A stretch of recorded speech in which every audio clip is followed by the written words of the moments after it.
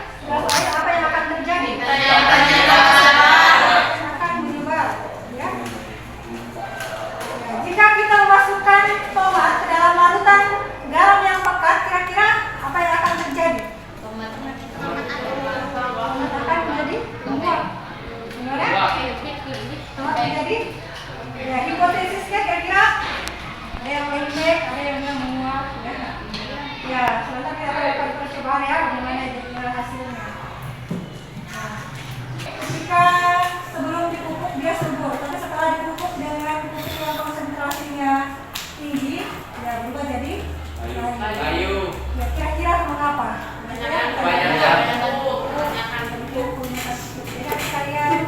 Dari hasil menjadi layu. Kemudian saya juga akan mengamati bagaimana bisa ya dalam membran plasma ini terjadi pertukaran antara zat atau struktur yang ada di dalamnya. Dalam beberapa kelompok, jadi alat dan bahan, ada bawah alat dan bahan. Ada. Mana alat dan bahannya? Oke.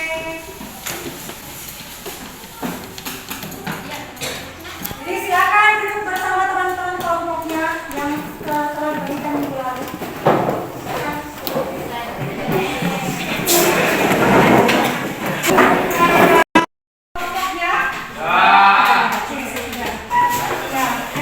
Sehingga memungkinkan untuk terjadinya pertukaran zat. Kalau kelompok 2 akan melakukan percobaan osmosis ya.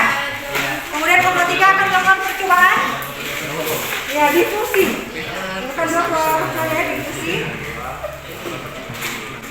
Ya, saya silakan ya untuk waktunya melakukan percobaan bekerja, menyiapkan alat dan bahan selama 5 menit. Ya, silakan siapkan alat dan bahan selama 5 menit. Kemudian melakukan pengamatan selama 10 sampai 15 menit. Dan setelah itu melakukan diskusi dan mengisi EKPD selama 30 menit. Setelah itu akan diadakan presentasi. Tugas tepat waktu, tujuan tepat waktu akan mendapatkan tambahan poin ya. Pengamatan silakan kalian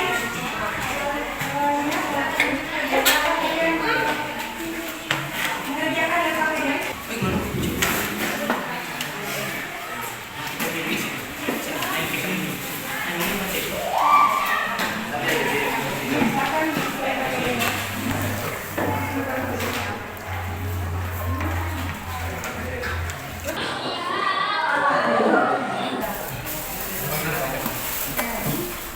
Silakan hitung waktunya.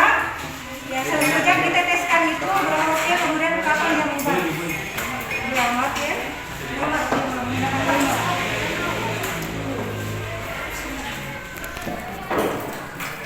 Ya, hitung waktu. Ya, teteskan 2, teteskan.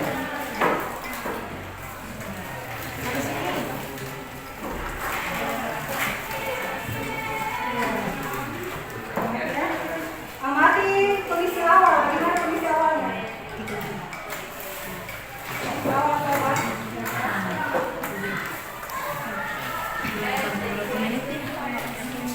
Jangan semua. Amati ya, sampai 15 menit.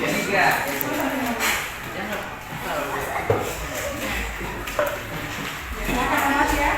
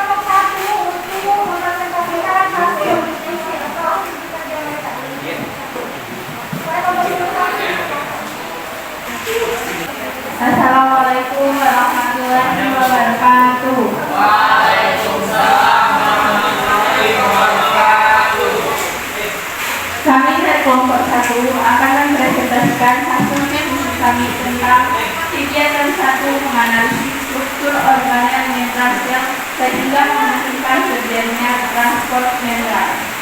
Setelah terdiri atas tiga komponen utama yaitu fosfat, lipid, dan protein.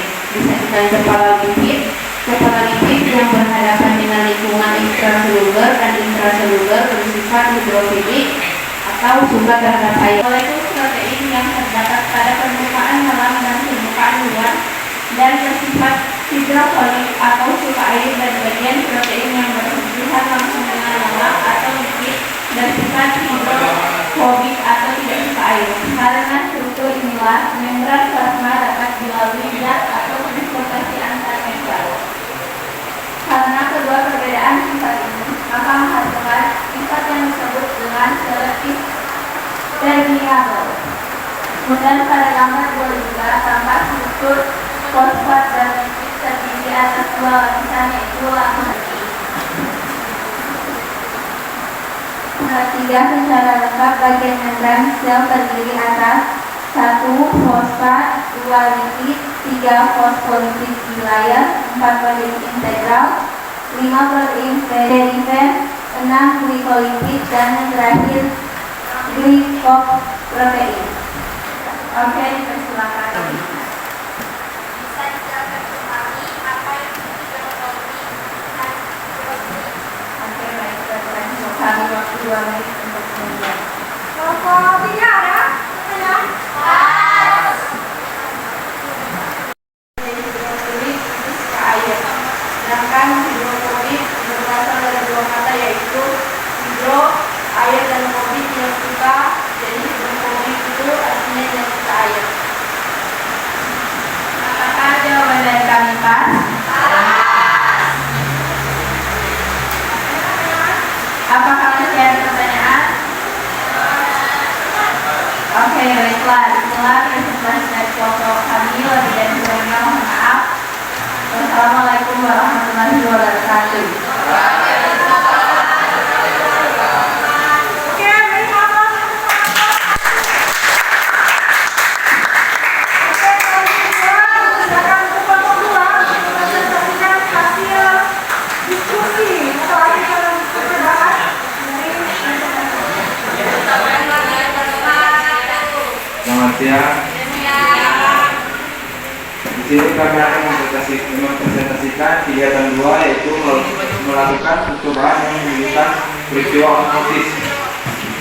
Dan hasil pengamatan kami pada kelas 1 tampak tomat masih lateral.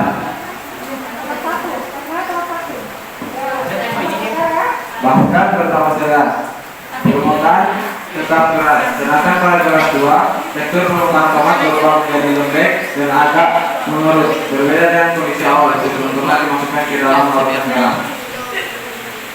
Hal ini terjadi karena adanya tekanan osmosis, di mana cairan sel tomat keluar menuju ke larutan garam. Karena konsentrasi cairan sel tomat lebih rendah hipotonis dibanding larutan garam yang hipertonis atau lebih tinggi. Di mana kita ketahui osmosis adalah proses perpindahan air dari zat yang berkonsentrasi rendah atau hipotonis ke larutan yang berkonsentrasi tinggi atau hipertonis melalui membran semi-permeable yang terdapat dalam sel tanaman cabai tertarik keluar menuju ke pupuk yang berkonsentrasi tinggi atau hipertonik sehingga tanaman cabai akhirnya layu bahkan sampai mengering atau mati. Dari kami sekarang kami akan membuka sesi tanya jawab. Silakan untuk kelompok 1 dan kelompok 3.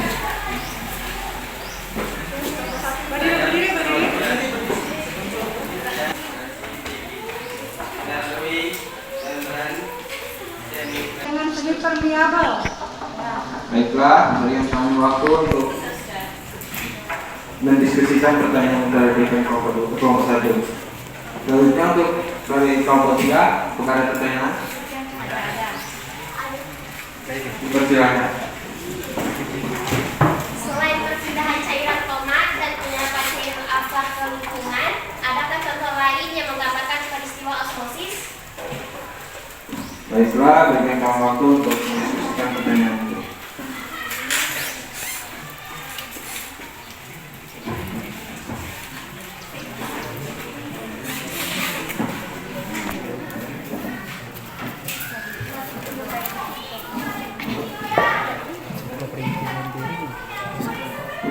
Suka 3 coba 5 menit. Baiklah, kami akan menjawab pertanyaan dari kelompok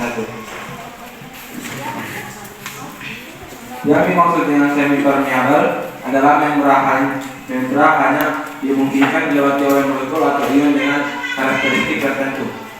Ya. Apakah jawaban kami pas? Selanjutnya kami akan menjawab pertanyaan dari kelompok 3 yang akan disampaikan oleh teman saya Ibu Nafirano.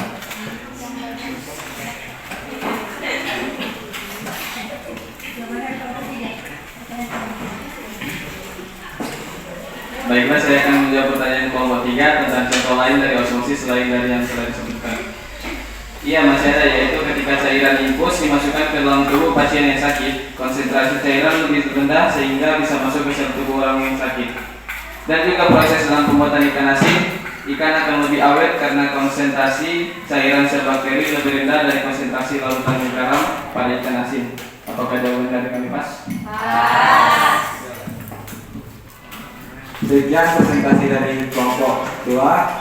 Lebih kurangnya kami minta maaf. Wassalamualaikum warahmatullahi wabarakatuh. Oke, beri aplaus untuk kelompok. Oke, kesempatan untuk kelompok terakhir yaitu kelompok 3 untuk mempresentasikan. Supaya kelompok 3 dipersilakan.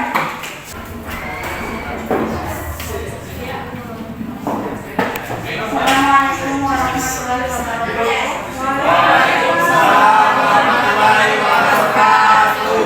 Kami dari melakukan percobaan yang menunjukkan peristiwa difusi dalam kehidupan sehari-hari. Yang pertama, difusi pada lingkaran permukaan air. Pada menit ke-6, tinta semakin tersebar dan pada menit ke-15, tinta tampak tercampur merata dengan air di seluruh bagian air. Percobaan kedua yaitu difusi pada minyak wangi atau parfum. Kami menyemprotkan minyak wangi atau parfum kelompok kami dan selang 30 detik tersebar ke seluruh ruangan di mana teman-teman dalam kelas dapat mencium aromanya.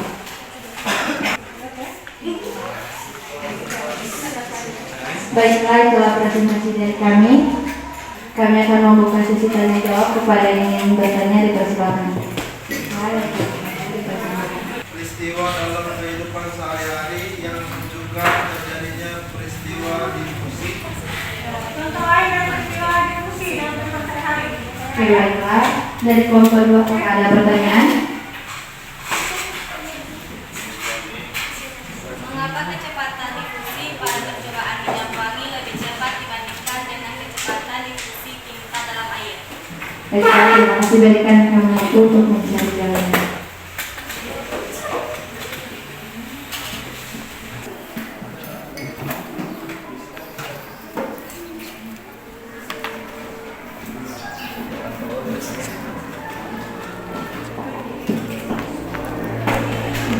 Baiklah, saya akan menjawab pertanyaan dari kelompok 1. Contoh lain yaitu termasuk peristiwa yang dimaksud peristiwa difusi dalam kehidupan sehari-hari yaitu pada saat kita menghirup udara saat bernafas, udara masuk ke dalam paru-paru karena perbedaan konsentrasi keterangan. Proses difusi adalah saat kita minuman teh atau sirup di mana tes atau penjelasan terlalu dengan air akan bergerak dari larutan yang konsentrasinya tinggi ke larutan yang berkonsentrasi rendah. Saya akan menjawab pertanyaan dari kelompok 2 yaitu kecepatan difusi pada minyak wangi lebih cepat daripada difusi tinta pada yang disebabkan partikel membuat bergerak lebih cepat dibandingkan gerak partikel dalam lingkaran, apalagi jika parfum tersebut mengandung alkohol. Bagaimana jawaban kami? Apakah? Ya, baiklah, itulah presentasi dari kelompok 3. Lebih kurangnya mohon maaf. Sekian, terima kasih. Wassalamualaikum warahmatullahi wabarakatuh. Oke, beri aplaus untuk kelompok 3. Ya, baik, kemudian silakan tunjukkan hasil evaluasi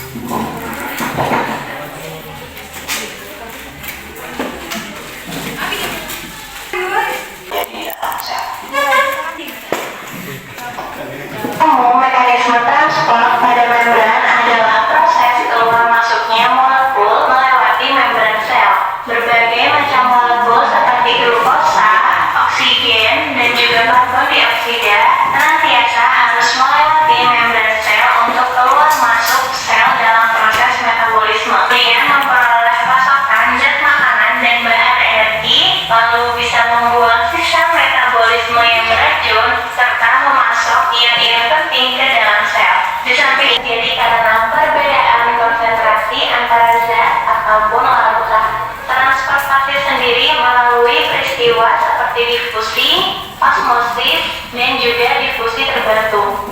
Mari kita bahas satu-satu. Yang pertama adalah difusi. Difusi ini adalah proses perpindahan molekul larutan berkonsentrasi tinggi menuju larutan berkonsentrasi rendah tanpa melalui selaput membran. Di mana teman-teman bisa melihat gambar berikut ini. Pada permulaan percobaan semula molekul glukosa ada di bagian A. Setelah beberapa saat, proses difusi menyebabkan konsentrasi glukosa yang ada di bagian A turun dan naik pada bagian B dengan kecepatan yang sama. Kemudian setelah 3 jam, konsentrasi pada kedua ruang tersebut menjadi sama dan keseimbangan. Untuk memahami tentang osmosis, perhatikan gambar berikut ini, di mana gambar ini menunjukkan proses osmosis, yaitu air akan berpindah dari A menuju B melalui membran semi-permeable. Jadi dari ilustrasi itu dapat kita simpulkan bahwa osmosis adalah proses perpindahan air dari zat yang berkonsentrasi rendah atau hipotonis ke larutan yang berkonsentrasi tinggi atau hipertonis melalui membran semi-permeable. Peristiwa osmosis ini dapat kita temukan dalam kehidupan sehari-hari, antara lain pada penyerapan air melalui bulu-bulu akar dan mengerutnya sel darah merah yang dimasukkan ke dalam larutan hipertonis. Adalah vakum yang disemprotkan akan menyebar ke seluruh ruangan, setetes tinta akan menyebar di dalam air, pertukaran CO2 dan O2 di paru-paru, atau penyerapan sari-sari makanan di usus halus. Sedangkan difusi terbantu berlangsung karena adanya protein transport dari konsentrasi tinggi ke konsentrasi rendah. Biasanya dilakukan oleh molekul-molekul berukuran besar.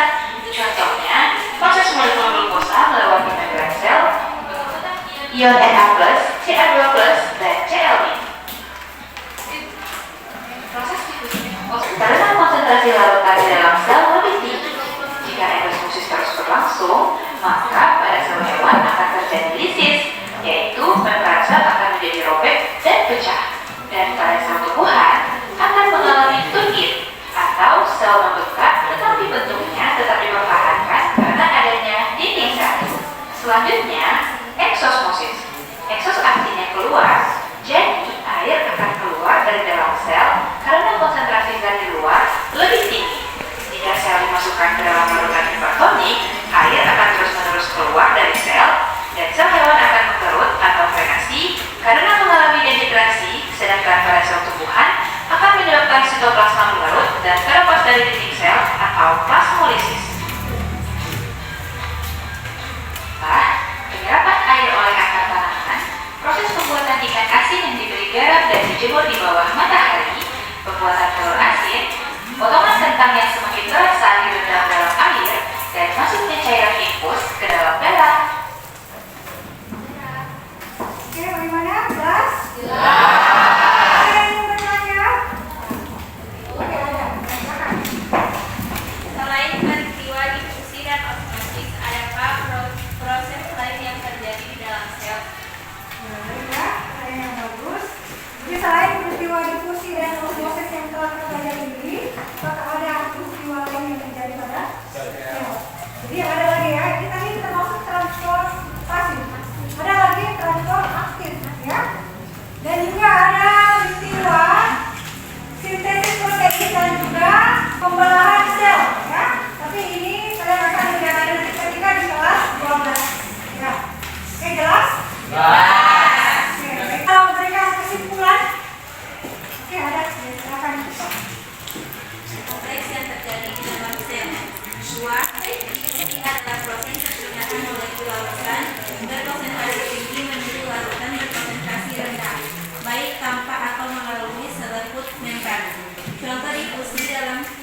kehidupan sehari-hari adalah persebaran bau parfum, persebaran tinta di air, sirup dan teh, pernafasan manusia.